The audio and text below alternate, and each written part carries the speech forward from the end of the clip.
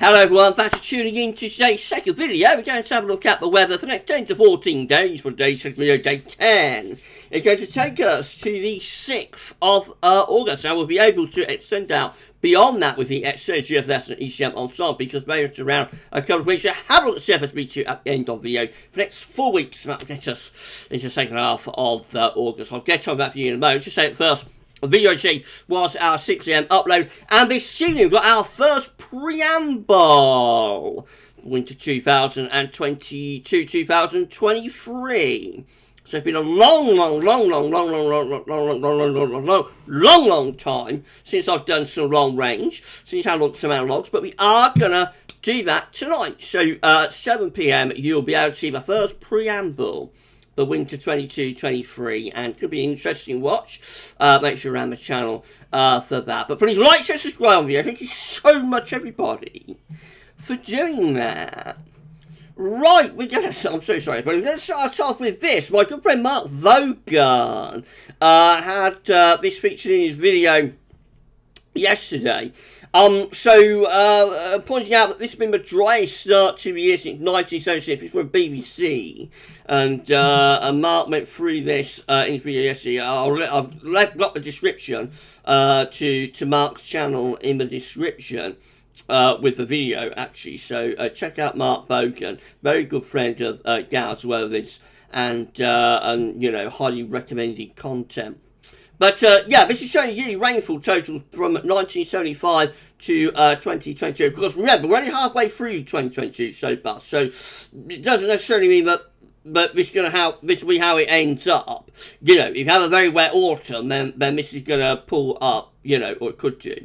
But this shows the yearly rainfall for 1975, just here, quite interesting. You can see that 1975 was actually a pretty dry year in its own right, and then 1976 was even drier. And that includes like a really wet autumn that we had in 1976. From September through December, it's actually very wet. So just going to show you how phenomenally dry the first half of 1976 was, up to August 1976, you know, just going to show how dry things were then. This is 2022 just here. Remember, this is up to June. This is up to the end of June. July will probably take this down even further. But up to the end of June, we had 331 millimeters only. And yeah, you know, that's the driest start to the year since 1976. However, of course, we've got rest of the year to go. So, I mean, when July is factored in, that will probably drop further, because July has been another dry month for much of England and Wales, so I suspect that's going to drop further when July gets factored in. And then, of course, we wait and see where we go. We might hover at that point. We might go even lower and start, you know, getting down to the 976 yearly total. Or if we have a wet end to the year, we might see that coming back up. So it's going to be interesting to see where that lands up anyway. You can see that after dry spells, we do tend to make it up. So that's something really quite apparent with this. So, well, of course, got 76 just here. Then the years after that are actually pretty wet, like the late 70s and into the early 80s. Generally we have quite a wet period then. You know, our 76, we have several years of average or above average rainfall. We get another drier spell taking place just here, which is like the middle of the 980s, like 984, I think that would be. And then it goes a bit wetter again. Another pretty dry spell there, which is kind of late 80s, early 1990s. And then it bulbs back up again. Around 1993, something like that. This is the drought of 1995, the mid-1990s drought. 1995 is an interesting year. You notice it was a very, very dry year, driest since 1976, and that actually does have a very wet start to the year. January and February 1995 were very, very wet, and then, of course, it gets really dry though through the spring of '95 and into the summer. You know, there's barely any measurable rainfall for the 3 summer months, June, July, August, in central England. Actually, summer 1995, not many people realise this, but summer 1995 is actually a slightly drier summer than 1976, but it's not quite as hot. And the reason the drought was as devastating in 1995 is because of course, infrastructure was much better, so much better contained what water had already fallen. And also, we had that wet start to the year, whereas 76 came at the end of a couple of years of drought. So summer 76 like the combination of 2 years of drought. 995 was also a very dry year as well. So we had like 2 very dry years for 95 and also for 96. And then you notice it comes back up again, late 1990s into the early 2000s. We're back up above average, culminating, of course, in the floods of autumn 2000. After that, again, we go pretty dry through the middle part of the 2000s, and then we go back up again around 2007. That would include the phenomenally wet summer of 2007. Then we drop down again, late 2000s, as we go through the colder winter period at the end of 2000s, like 2008, 9, 2009, 10. Then we start going drier as those winters become colder, of course. Since then, been very up and down. So some years have been quite wet, some years have been quite dry. That's a very wet year, of course, there. I think that's like 2015, probably. Up and down, but averaging it all out, probably, each year offsetting one another. So 1 year wet, 1 year dry, sort of thing. So we have a wet year, we have a dry year. We have a very wet year, we have a very dry year. We have a very wet year, we have a drier year, or an average year, hovering close to average around there. And then, of course, we got into this very dry spell. So I don't think we're critical yet with this. It will depend what happens because we've been had average rainfall over previous years. So I don't think we've reached a critical point at this point. It could get critical if we continue with this very dry weather through the remainder of 2022, and then if we was to have another very dry year next year, so like this is our 75 to next year's 76, then things would get very, very serious. At the moment, I don't think it's too much to worry about, but it will be worth keeping an eye. It will be worth keeping an eye on how this develops through the remainder of the year, and we should wait and see about that. Thank you so much. So I could play Mark Bogan for bringing this to my attention, to everybody's attention in his recent video. Thank you so much, Mark. Just to say that the latest GFS run in terms of 5-day accumulated precipitation is looking like that. So a little bit of rainfall coming up in next 5 days for northern areas, Scotland, Northern Ireland, Northern England, like 10 to 20 millimetres. Very little rain though for most of England and Wales. Down in the south, on the south coast, no measurable rain in quite a lot of areas, and just like 3, 4, 5 millimetres through the Midlands and whatnot. The 10-day precipitation accumulation, where are we? It's just here. Looks like that. Now, yesterday it looked like in days 5 to 10 we might get some wet weather going even through more southern areas. But GFS backed off that idea now, and so we see that in days 5 to 10, the rain, precipitation accumulation, particularly for the northern half of the country, so like 40, 50 millimetres west of Scotland, up to 25 millimetres for the rest of Scotland, Northern Ireland, Northern England, 25, 30 millimetres there. But get anywhere south of like the North Midlands, and you see again, within the next 10 days, very little in the way of rain. 5, 6, 7, 8 millimetres through like the Midlands, Wales, East Anglia, some coastal areas. Again, a lot of places getting no measurable rainfall at all. So after yesterday looking like we might start to relieve this prolonged dry spell, won't yet call it a drought, but we are going in that direction. But yesterday it looked like it might relieve this prolonged dry spell. Today, it looks like, particularly for southern areas, the dry spell continues. So it's going to be worth keeping an eye on how this develops. Will this flip in the autumn and we go much wetter, or will the dry spell go on? If the dry spell does go on through the autumn and particularly into the winter, then next year we could be in a bit of trouble. Let's wait and see. Central temperature is currently looking like this. It's standing at 18.2, which is around 2.2 degrees above average. That's provisional to yesterday, to the 26th of July. This is touch and go whether we get to 18 Celsius, whether we get an 80 Celsius CET month. I think we might just about do it, actually. I thought that'd probably be down at around 18.1 by now. So I think we might just about cling on to an 18 Celsius CT month. I think this month certainly deserves to be an 18 Celsius CT, given that it does contain like the first 40-degree temperature that we've recorded, on record. So I think it deserves to be an 18 Celsius CT month. Whether it hangs on, it's touch and go, but we might just do it. It's going to be an exciting finish. These are the GFS upper air temperature and precipitation ensembles for the next couple of weeks. So looking at Cardiff today, red line is the Virginia upper air temperature average for Cardiff. We're starting off a bit below average at the moment, but it's still relatively warm by day. Notice it's going above average as we go into the closing days of the month. So that's one thing we might just about hang on, this 18 Celsius CT. We assume that the CT will probably drop to around 18 degrees, 18.0, around Thursday, Friday, but then over the weekend, probably that could tick up by 1/10 of a degree or so as it gets warm again.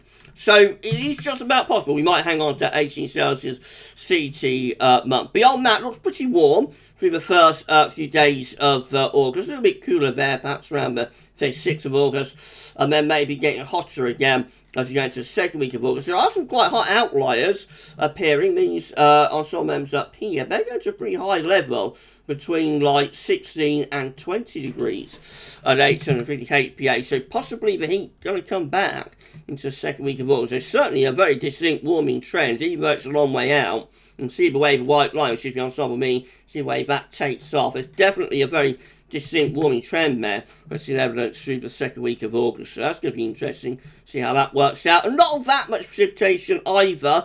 Yes, there are some precipitation spikes in there, but there aren't all that many of them, to be honest. So, yes, it'll be showery at times, but not particularly wet. Temperature anomalies on the 27th, certainly for some areas. Temperature anomalies on the 27th of July to 4th of August are above average, a warm and average week coming up. Precipitation anomalies from 27th of July to 4th of August. Dry of an average for many southern, central and southeastern areas. A little bit wetter further north. East of Scotland is dry than north, but like northwestern England, bit wetter than average. So a bit of regional variation, but overall probably quite dry in many places. Latest wind from map from urban.school.net shows that we're back under high pressure again today.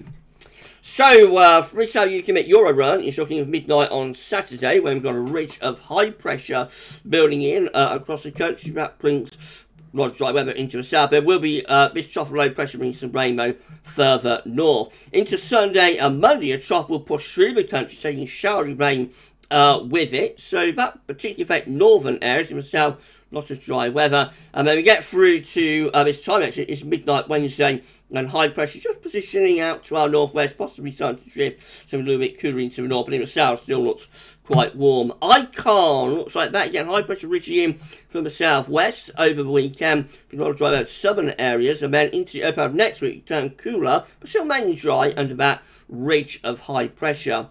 Middle to second half of next week starts to threaten some heat to come back up from the south once again.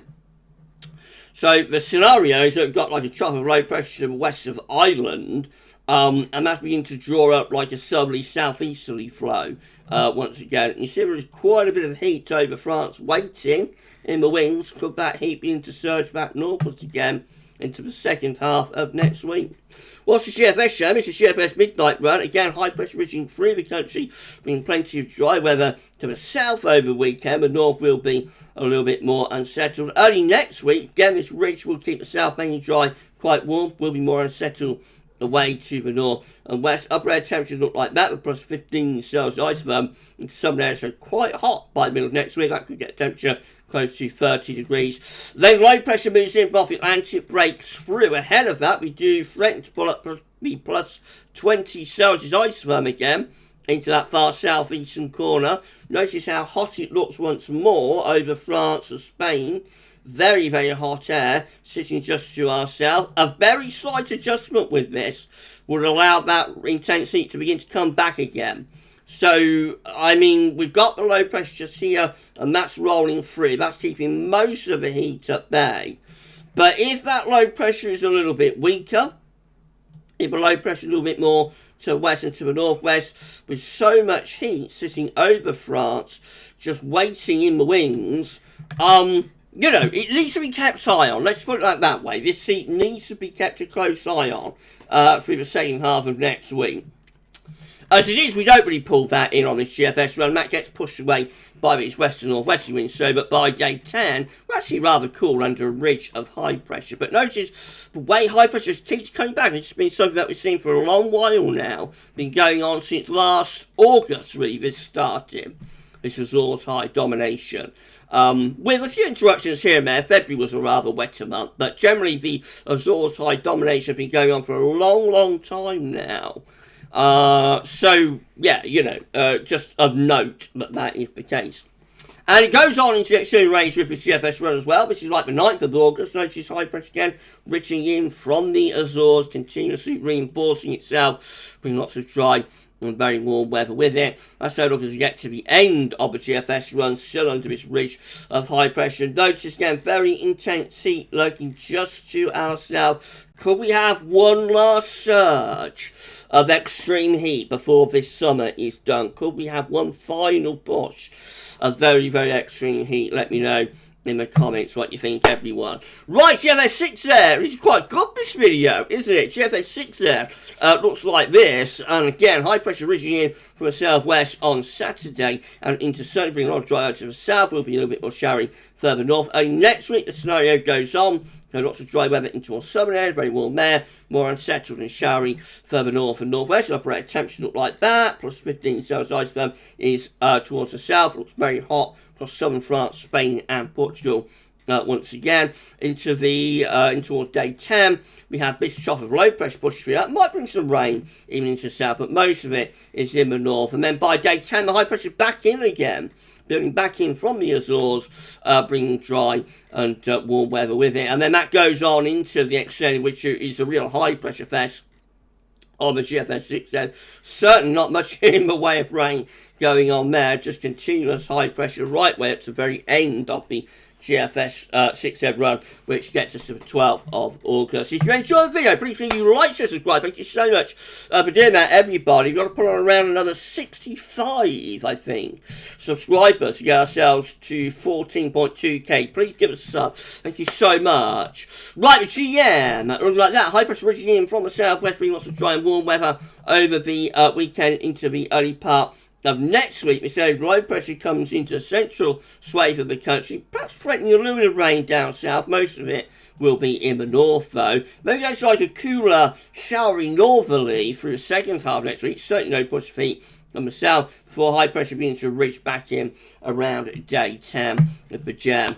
And then ECM weather looks like that again. We've got high pressure building up from the southwest on Saturday into Sunday. That brings lots of dry and warm weather into our southern areas. We'll be a little bit more unsettled further north. Bit low pressure comes through the middle part of next week. Might bring a little bit of rain into the south. Very warm ahead of that low. Quite hot actually into the south and southeast ahead of that area of low pressure. And that low pressure transferring eastwards. We pull in this cooler northerly as we get into the middle of next week before high pressure reestablishing around day 9, 10. And then, of course, we will wait and see where we go beyond that. Where are we on the tabs? There we are. So that's how the upper air temperatures look. Relatively cool under that ridge around day 9 and 10. But we have got some very hot air just lurking to our south. If that ridge begins to slip a bit further eastwards, that heat will begin to push up from the south. Looks a little bit poised, I think. This is the precipitation forecast based on that ECM run from meteo.com. So showery over the next tomorrow, really, tonight and tomorrow into northern areas, but very little rain down south. Into the end of the week, like showery rain, central north regions, mostly dry though in the far south and southeast. Once again, most showery conditions carry on through the central swathe of the country into the weekend and the early part of next week. Again, the south mostly dry on the southern side of that wet weather. There'll be rain, particularly through like Northern Ireland, South West Scotland, North West England, North and West Wales, possibly into the North and West Midlands. Further south than that, though, a dry spell continues, and then it just turns drier really as we get to day 10 and that area of high pressure builds back in once more. These are the ups on the table within the ECM ensemble day 4, day 10. That's just the 6th of August. 13 members of the ECM ensembles have high pressure to the south, low pressure to the north, in a flat So westerly type flow will be dry in the south bow, showery in the north. That does include the operational run. 12 members of ECM ensembles high pressure just to our west, bringing a lot of dry weather. Will be a little bit cooler with that. 10 with high pressure again, just to the west, so winds in from a northwesterly direction, a little bit cool with that one. 10 just here with high pressure right over top of the country. That brings lots of dry weather with it. And then 6 with high pressure just out to our northwest again. That brings a lot of dry weather. Winds probably in from the northeast, so not a heat wave. But you see the emphasis is on high pressure around day 10, so lots of dry weather then. In 2 weeks' time, these are the options that we've got. Gets to the 11th of August, 28 members of ECM ensembles with high pressure originally in from the southwest, bringing lots of dry weather with it. And then 23 have high pressure even more strongly developed over Scandinavia and bring in the winds from the east. So that's going to be very warm, if not hot, actually, with those 23. Both options very strongly and heavily involve high pressure, and particularly for more southern areas. So the prolonged dry spell will continue. CFSB2 finally reached a 500 millibar hydronic breakdown into week periods. The first week period takes from the 27th of July to the 2nd of August, with high pressure just to our west, some lower pressure to the north, winds in from a northwesterly direction. So it should be mainly dry with that, and a little bit cool as well. Week 2 is going to be the 3rd to the 9th of August. The high pressure goes northwards and becomes like a Scandinavian high, really. Winds in from the east. That will be very warm, if not quite hot, and pretty dry too. High pressure for week 3 as well, 10th to 16th of August. High pressure vessel goes on, bridging through the country into northern Europe as well. That looks like a very strong and stable ridge of high pressure, being lots of dry and very warm or hot weather. Bit of a flip for week 4, 17th to 23rd of August. Low pressure suddenly appears out to our west, and obviously if that came off, it would turn things more unsettled. But that is week 4. It's 4 weeks away, and so it is, it's very unreliable. We wait and see. For now, it looks like the prolonged dry spell goes on. If you enjoyed the video, then please can you like, share, subscribe. Thank you so much for doing that. Drop a comment and let us know if you like this and all of our videos, and don't forget to tell your friends and family to subscribe as well. It's amazing, it's incredible. Thank you so much, everyone, for doing that. Right, so that's it for day 10 to 14 there. We're going to be back later on with your preamble, your first preamble for winter 2022-2023. That's going to be released at 7 PM, so make sure you're around to check that one out. For this video, though, for day 10 to 14 there, that's all for now. And thanks for watching. Bye for now. See you soon.